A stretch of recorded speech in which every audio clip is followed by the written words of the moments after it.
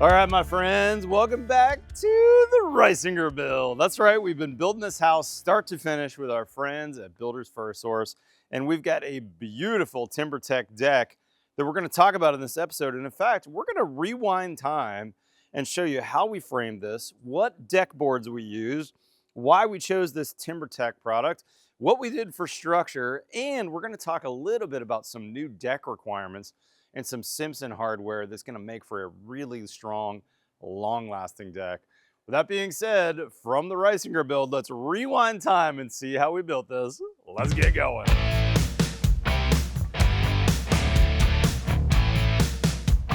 A Build Original Series, in partnership with Builders First Source. The Reisinger Build.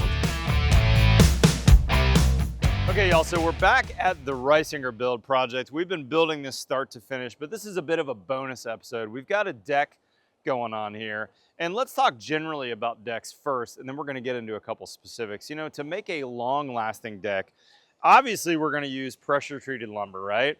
However, I like to use specific pressure treating that's ground contact. If you look at this tag over here, you're gonna notice that this Yellowwood brand specifically says ground contact on here.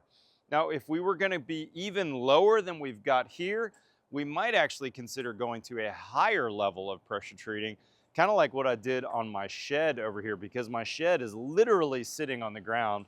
Whereas this deck, you can see we're off, we've got good airflow underneath. And that's actually something to think about. You know, we really want good airflow. This lumber, even though it's been pressure treated, if I were to sit this in water for years or make a spot where water was going to sit on this joist for a long period of time, that's where a lot of rot occurs. And we're gonna get into how to prevent that on the top side in a minute. But in general, we want good airflow underneath our deck. So that's the first thing I wanna mention. Now, I mentioned earlier that there's a new piece of hardware that you might not know about. That's this guy right here. This is called a deck tension tie.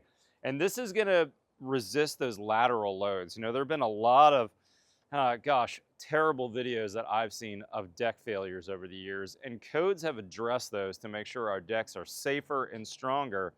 But for years when I was building decks, 20 years ago, we only thought about ledgering in on this board right here that's attached to the house. But if you think about those nails on those joist hangers, those nails are into the ledger, but if there's forces, if people are moving around on the deck and we've got 20 or 30 people on this deck, think about this being a 2-story deck. What happens if those nails start to come out of the joist hanger? This whole deck could actually move laterally and collapse on us. So this deck tension tie is kind of like, instead of taking those nails on there, it's taking a hand on those joists and saying, hey, you're not gonna move if there's pressure here. So here's one that's been installed. Code actually requires 2 of these.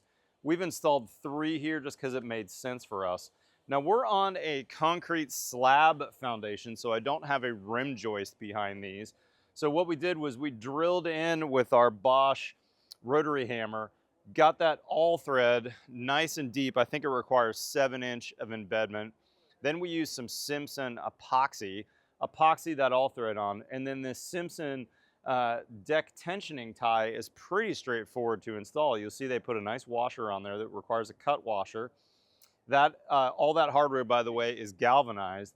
And then that deck tension tie comes with those structural screws. So now when those structural screws are installed on that 2x6 joist right here, it's really putting a hand on it to make sure it's not going to go anywhere. Now, I do want to mention that the American Wood Council puts out a terrific 40-page or so handbook online that kind of interprets codes for you and really helps you build with wood. I think it'd be worth taking a look at that if you're got a deck project anytime soon. Okay, y'all, quick stop at the studio because I did want to show you this document. This is 40-ish pages, totally free. It's from the American Wood Council. I'll put a link in the description below, but if you just type in Google American Wood Council Deck Guide, this will come right up.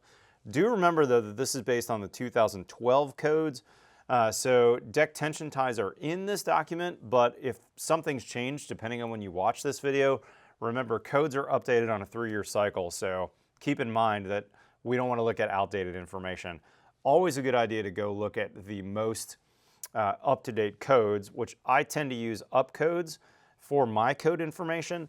And this is what it looks like as we're talking about lateral tension ties in up codes from the code book. But this, if I scroll down here, you can see it's quite long, but quite helpful. There's some great information on here. This is where we're talking about ledger boards into the house, and this pops right into lateral loads and deck tension ties. Now, both of these diagrams are for wood to wood, meaning a wood deck with a wood framed house on the other side. Most of the houses in the north that have full in-ground basements are going to have this type of situation.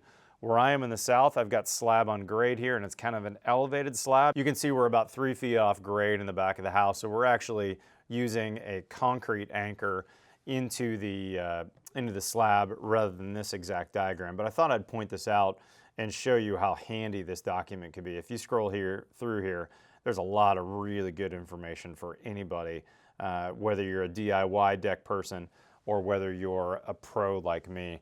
Good job to American Wood Council. Let's get back to the job site. Okay, so now back on site, let's look at a couple other things. Obviously, we've used post bases here. This is a product we've all known and loved for years.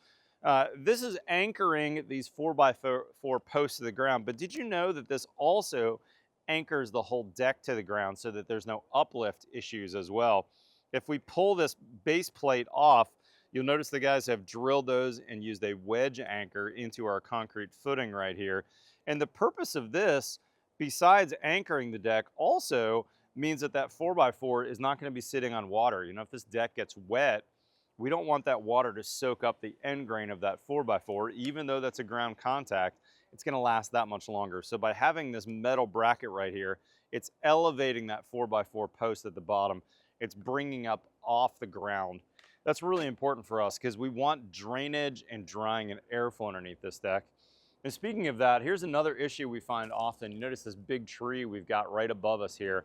This tree is gonna be dropping a bunch of leaves over the years. And what happens in between deck boards is leaves and general dirt gets caught in there, and then when it gets wet, it stays wet. And remember, when we screw or nail down our TimberTech boards here in a little bit, we're gonna be penetrating this pressure-treated wood. So here's a way to prevent that rot. This has become a little more commonplace in the industry, a joist tape. This happens to be from our friends at Polyguard. You can order this online. They call it Rot Shield, which is the perfect name. But you can see it just goes down like a peel and stick. I like this one because it's brown. It kind of blends in and you don't see it. It doesn't have any logos or writing that are going to stand out if you had light or sunshine in between those boards. And all we're doing is basically covering over top of the joist. And then where we've got doubles, we're going to use the full 4-inch width. Where we've got singles, this has a split release layer and we can peel this apart into 2 pieces. And that's now going to prevent that rot from potentially happening at the cut or at the split in the top of the wood where that nail or that screw is going to come in place. With that being said, let's let these guys keep going, and when we start installing some deck boards, we'll come back with some more.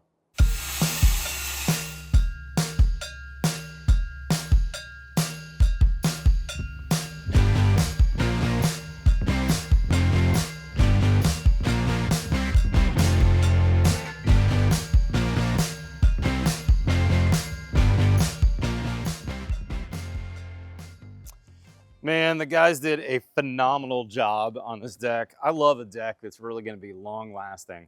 But even more than that, I really like a low maintenance deck. And that's a big reason why we chose this TimberTech decking. Now this happens to be in their vintage collection. They've got a couple different tiers and a couple different price points. And this particular deck board is called Weathered Teak. I really like this, very natural looking. I really like the kind of texture on the surface as well. But this has a couple of key features that I really like. This cap that's on here is a PVC cap. It's all the way around the board. And this one actually is in their Class A fire rating. This is a big deal for decks, especially with what's been in the news of late. If a fire were to land on this deck, this will stop the spread. This is an ignition resistant material, and this is Class A rated for spread. So this is a really top-notch product, but the thing that I like about it is the durability. I mean, really the only maintenance we're gonna have to do on this is a little soap and water, maybe a real light power wash on occasion. There's no staining, There's no fading, there's no splinters. This is a fabulous board. The other thing I really like about it is TimberTech has done a real nice job about thinking about fasteners. We use the Cortex system on here, and then we also use the hidden fastener on the main deck board here. So it's hidden in this groove right here. But on the edge and on these boards here, on the deck steps, if you look really, really closely, you're gonna see this kind of outline circle. And that's because we're using that Cortex hidden fastener system. Basically, when the guys are putting these boards on, they do a pre-drill, which drills all the way down and actually makes a countersink for the screw that goes in. And then there's a plug system. It comes in strips, you rip off a strip, and you'll see the carpenters, when they put it on, they actually turn it to orient the grain on the plug with the grain of the board, and then just bop it with a hammer, tap it all the way home so it's nice and flush. And unless you're inspecting the deck, you have no idea that those plugs are there. They really disappear into the surface. Isn't that nice? Now, PVC decks have been around for a while, but I gotta say, this newer generation, TimberTech has it, AZEK has it, there's others out there. They really do a good job of modeling the finish such that your average homeowner doesn't know that this is not a real natural deck, not a true wood deck, let's say. But it's gonna eliminate all the staining, all the finishing, all the splintering, all those other things that really go along. They've got warranties on fading and staining of decades on some of these boards. And again, there's different levels of cap and kind of price point here. So there's a lot going on. But hopefully you learned some things on this deck project today. I really feel like when it comes to decks, think about the details. Don't forget your joist tape. Look at the options that are in the marketplace for deck boards. Because a deck is an investment. You're gonna spend some money on this. So why not think about those details and really get it right? And then of course, all the hidden details that we talked about earlier with the Simpson connectors to make sure this deck's gonna be safe for the lifetime of this home. That really makes a difference on your decks. Guys, if you're not currently caught up on this series, we're calling this build the Reisinger build. Since the time of teardown and the start of the foundation, we've been really chronicling this build start to finish.